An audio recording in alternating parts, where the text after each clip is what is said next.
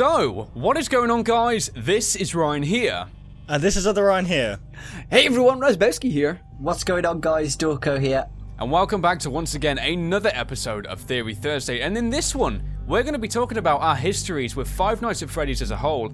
Throughout this video, we're going to be talking about all four of the games in chronological order and kind of our impressions when we first encountered them, because as the games went on, they really did develop, and wow, some of the stuff that Scott has introduced has really wowed us. So we'll start at Five Nights at Freddy's 1. Yeah, so in the previous episode, we actually talked about our personal histories with Five Nights at Freddy's, but like Ryan said, we're just going to be discussing pretty much how we reacted to each game as it came out. And I think and the characters as we've seen them, sort of yeah, thing. I think, well, the first game, that was the, I don't know, make or break, I guess, game, and you could definitely know that it made it pretty much. And I think it was interesting with all the characters and their kind of like features and their game mechanics, but what I found the most intriguing about Five Nights at Freddy's 1 was the Golden Freddy Easter egg, because I remember actually experiencing it one time. I looked over at my brother, I said, is this meant to be happening? And there was like a Golden Freddy, like, what's that? And then it crashed my game, and yeah, that just took me by surprise. That one did, definitely. Yeah, it's like when you once you finish with the gameplay on the games, that's when we all start to discover the backstory, the change in newspapers and everything like that. So that's when the love for the game increased just an extra tenfold, because the gameplay itself was fantastic. It was original, and the jump scares themselves were terrifying. But having all the backstory included in as well, and the first time you're playing the game, you don't really pay attention to the phone calls as much. I certainly didn't. I was like, fuck, I'm going to be playing the game here, and it's going to be pretty scary. But going back and re-listening to the phone calls, adding this to the newspaper articles as well, then started to create an amazing back. The things what you two said about the story and Golden Freddy as well, it was interesting because I remember a lot of people kept playing the game to see if there was anything else in the game. Was there going to be some more articles? Was there going to be some more Easter eggs? And there was a few. There was one in the back room when all the heads look at you as well. That was really cool. And oh god, I remember the times of the Sparky situation when someone photoshopped that so everyone was looking for it, and then it was fake. So turned out to be a hoax. It's as you guys said as well, it's all these new things that got introduced, and I think one of the things which really intrigued me was the changing picture. I think it was in the West Hall or the East Hall where Freddy is. A picture. I remember seeing the picture of Golden Freddy, and I didn't know what to think of that. And I think then with the custom nights and things like that, when people heard about this bite of 87, people were trying this 1987 thing. And then this Golden Freddy Easter egg was introduced with when you put 1987 as the character's custom night AI levels, and I think that grabbed a lot of people's attention, and that was kind of the starting point for when the lore factor really kicked in. And this moves nicely onto Five Nights at Freddy's 2, because we then saw Golden Freddy again, and we saw a lot of newer animatronics introduced as well. I think the thing about Five Nights at Freddy's 2 is that, because obviously Five Nights at Freddy's 1 was such a big hit and such a success, I think it put a little bit of pressure on Scott, because he probably never had that kind of success in his life before that happened. So to him, it's like all eyes were on him, and he really did deliver, because the whole purple guy was introduced. And the best thing about Five Nights at Freddy's 2 is that it leaves it open-ended as well, so it kind of makes more room for more games like we've already played. And I don't know, Five Nights at Freddy's 2, like we said in previous episodes, is definitely the best for the storyline behind it. I just love the fact that we got all these new animatronics, even though they were the toy versions of them, so they were still Freddy, Chica, etc. But just added more backstory. We were set before the previous game, because it was obviously a prequel set in 1987, and this is where we got all the juicy story that we're basing still a lot of theories off today. That's the main game for storyline, and it forever will be known as that one.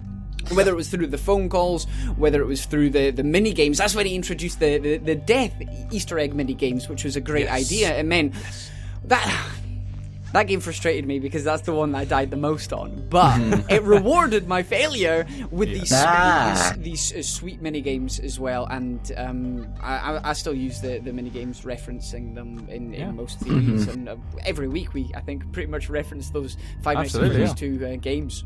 Yeah, I think one of the biggest twists in FNAF 2 is what Raz said, it's a prequel. I remember with the teasers and the start of the game, the new animatronic, something borrowed, something new. Everybody thought it was going to be a sequel until the end, which I thought was really cool. So, biggest twist for me.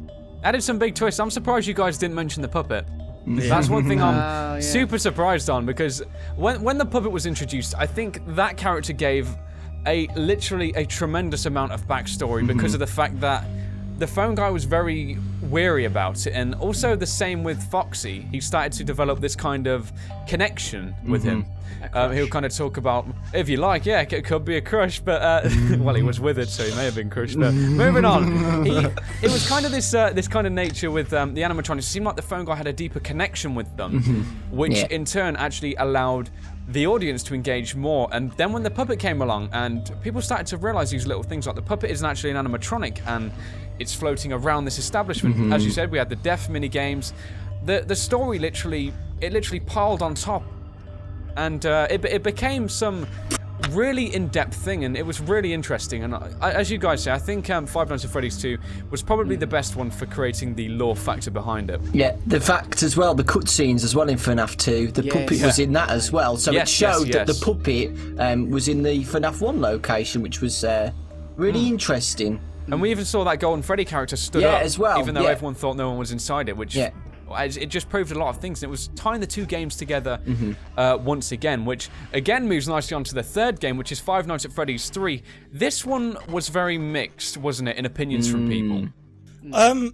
I think the first impressions we got definitely was that the first ever facial showing, like properly, like half-face, was the I'm Still Here on Scott Games. Yes. And I think everyone believed that was Golden Freddy, and I personally believe that Five Nights at Freddy's 3 was going to be based around Golden Freddy and why we see Golden Freddy and why he's perceived to be this hallucination, such a big character in this game. And the moment you see the trailer and you see this like withered Bonnie, it's like, what the hell is this? What's going on? And it kind of just like boggles your mind like even further. Like, okay, I thought this was meant to be answering questions, not providing more. Kind of like Five Nights at Freddy's 4, I guess, as well.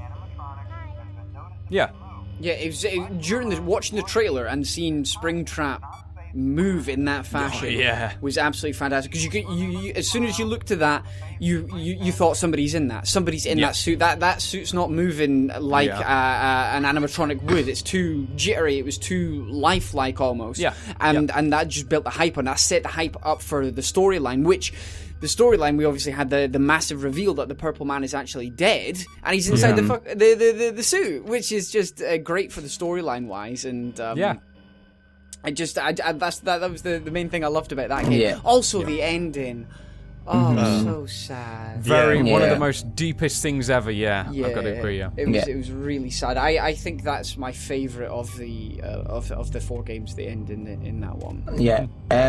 For a favourite, I think the best trailer out of all four games was the FNAF 3 trailer, because it put a lot of work into that. You could tell it was a teaser trailer. It didn't show really any gameplay until the end, which I really liked. You know, it was really nice to see cutscenes, and I just loved it. It was the biggest hyped trailer from all four games. Yeah. I like the fact as well that he left quite a lot of time between the teaser trailer and the release of the game. It left a lot of time to look deep into these things, and it almost, like, as a media student as well, and I think other Ryan can vouch for me here too, it felt like all of the camera moves they signified something. They always tried to deliver some form of information. They weren't just put there to look pretty or something like that, and it really achieved that. And again, Five Nights at Freddy's 3, I think a lot of people really looked past the factor that it was probably one of the most important games for connecting the dots. The phone calls actually revealed an awful lot of the story, and the mini games did too. I think that, alongside FNAF 2, was probably one of the most theorizable games, if that's a word. And as you say, the reveal of Springtrap, things like that. I think, as Ryan said, with the I'm Still Here thing, we all thought it was Golden Freddy, and it was when we saw his silhouette stood next to the box. Everyone started to think, hang on, he's a bit slimmer. And we had things like the smile. We started to see the purple guy had this massive smile.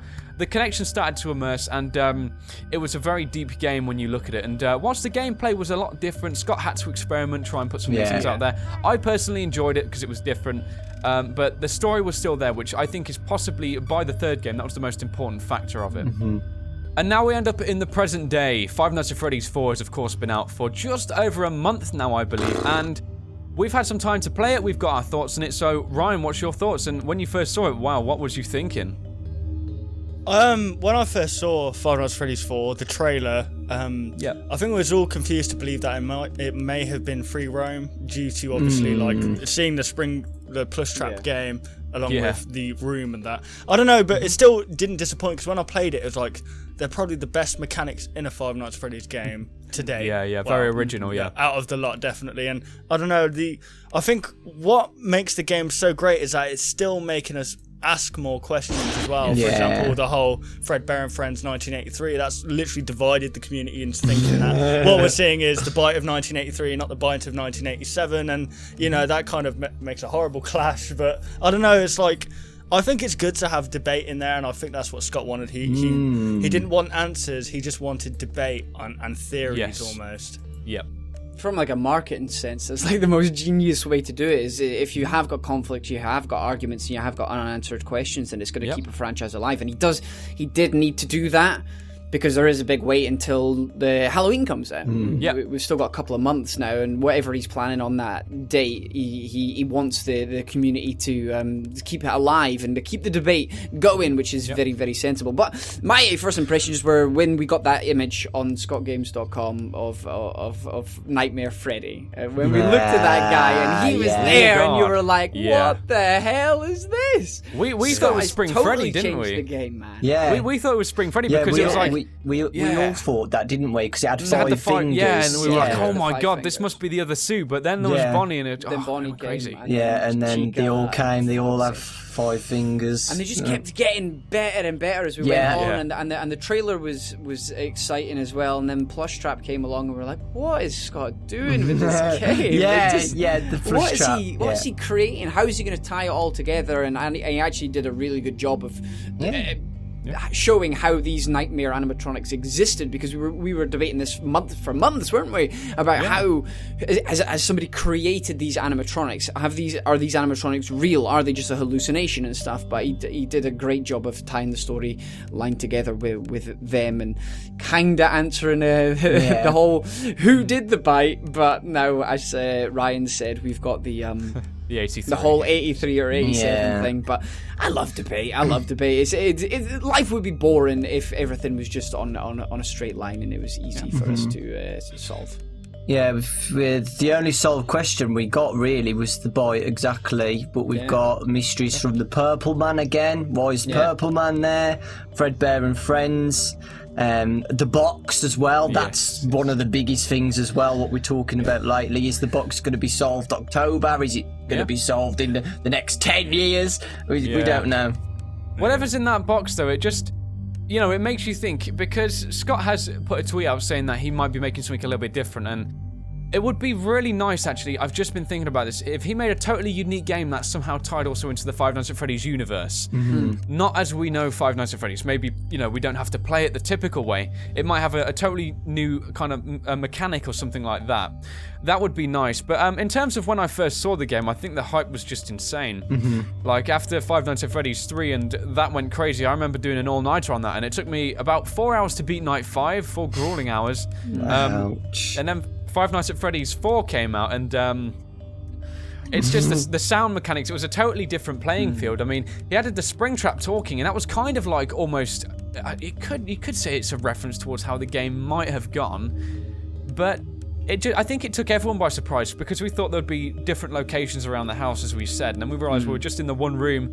At first, I kind of thought, this looks a bit too minimalistic. How will this keep us busy? It kept us more than busy, to be honest, and it was probably one of the most difficult games out there, because you had to really keep a good structure to how you was going to do things. You'd go to the closet, go check the Freddy's, and then you'd have 2 footsteps, and it's pretty much bang, mind-blowing. It's hard. The Fredbear made it mix like different as well, you know, because it was it was a surprise as well. Night 4, oh god, Night 4, how's that? Night 5, how's that gonna play? Holy crap, what's Fredbear doing here? Where's everybody gone? Because you're expecting it to be the same. You're expecting to look behind you and see the Freddy. But all you hear is this running going from one ear to the other. You're like, what the hell is that? And obviously, because we were playing it before, like as the game was coming out, so we hadn't seen any other people's videos on it. We didn't even know how to do it. I panicked. I struggled for ages to get past that night because I was like, what the hell am I supposed to do here? And then at night 6 as well, when it gets to 4 a.m, you didn't know the first time. You're like, hang on, there's that running again, and you don't know what you should do because you know you shine the light, you're gonna die if the animatronics right there, but you have to actually do the exact opposite, pretty much, of what you was doing before. It was a crazy game, and it's still enjoyable for that single aspect really today, just the variation in gameplay. So there we have it, guys. That was a lovely discussion on the history of Five Nights at Freddy's. We do hope you did enjoy it, and be sure to comment down below any of your thoughts in relation to any of the games and the topics discussed within this video. And if you guys did enjoy this video, why not leave a like rating down below? And if you're new to any of our channels, why not subscribe for more interesting videos like this and also the gameplay videos. So thank you very much for watching the video, guys. We do hope you did enjoy, and we'll, of course, see you on the next one on all of our channels. Goodbye, guys. Bye. Want to see even more content from us?